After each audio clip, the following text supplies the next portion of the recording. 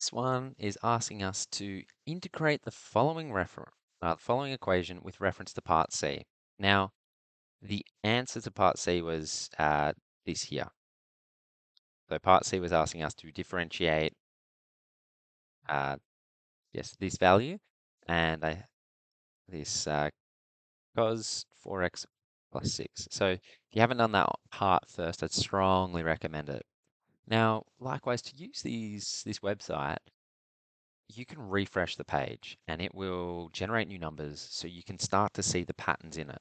So every time I want you to refresh the page, give it your best shot. Give it your best shot, see what happens, and then put an answer down, hit the show solutions button, and check where did you go wrong. Have a good read. They're quite detailed solutions. But if you're still getting stuck, come back to this video. So this is asking us to integrate all of this shenanigans here. Okay?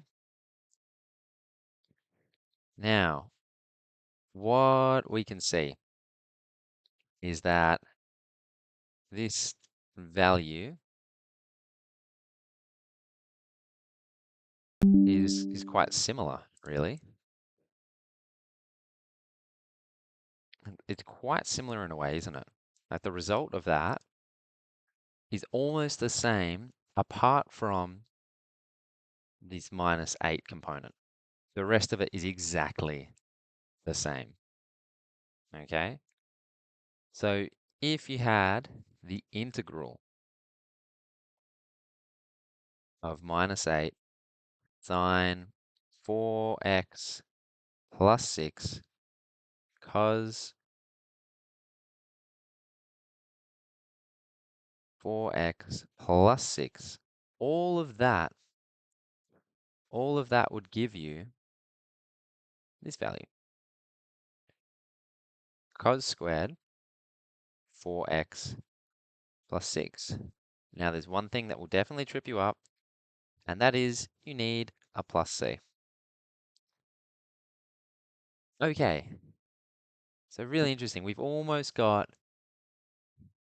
the same, like we know that this thing here is going to be somewhat similar to this one, except there's going to be a number out the front that is different. So what happens if we start off with no plus 8? Like what is that equal to? Well, it's just some other number here. That's what we got to find out. Now there's this little trick. It's really like saying there is a 1 multiplied out the front here.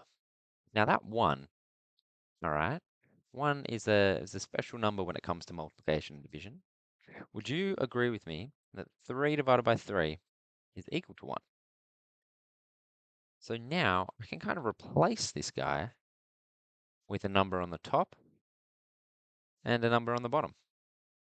But let's say I've got a more interesting number. Like what about -8 and 8? That's also equal to 1, right? So I can put that here.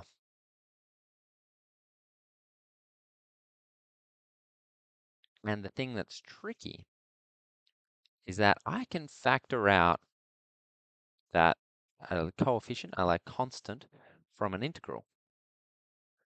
Okay? If I have the integral of 3x squared, okay? Let's say it's just x squared. That is equal to x 2 plus 1, 2 plus 1 plus c. Okay? So more simply put, that is 3 divided by 3. But I've got 3 there, and I can put it at the front. So likewise, this is the same thing. So I can move constants across. Hopefully that makes sense. And in here, what I'm going to do is I'm going to make it look quite similar to this bit here in green by doing some fraction wizardry and moving that value out.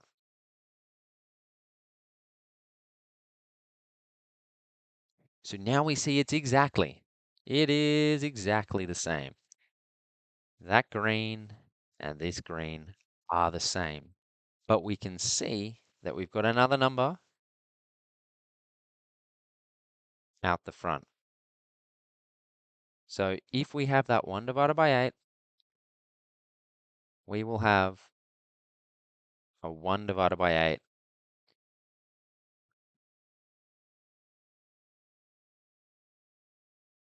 out the front. And I'm just going to clear some more space. Here we go. And that is our answer. Now, that's pretty convoluted, right? But you can hopefully see the pattern. The pattern is that you do the differentiation, because differentiation is a lot easier than integration. Okay? So you do the differentiation bit, and then you integrate. And then you kind of have to see what looks the same and what doesn't. And so the green looks the same there. We're already given the answer for the green. And we have to use this special way of saying, well, 1 is actually equal to -8 divided by that one. Okay? So then you can kind of factor it out and move it out the front. So that's one way of doing it. I hope that makes sense. Refresh the question a bunch of times. Have a look at the full work solution, but make sure you give it a shot every time. That's the best way for you to practice this type of question.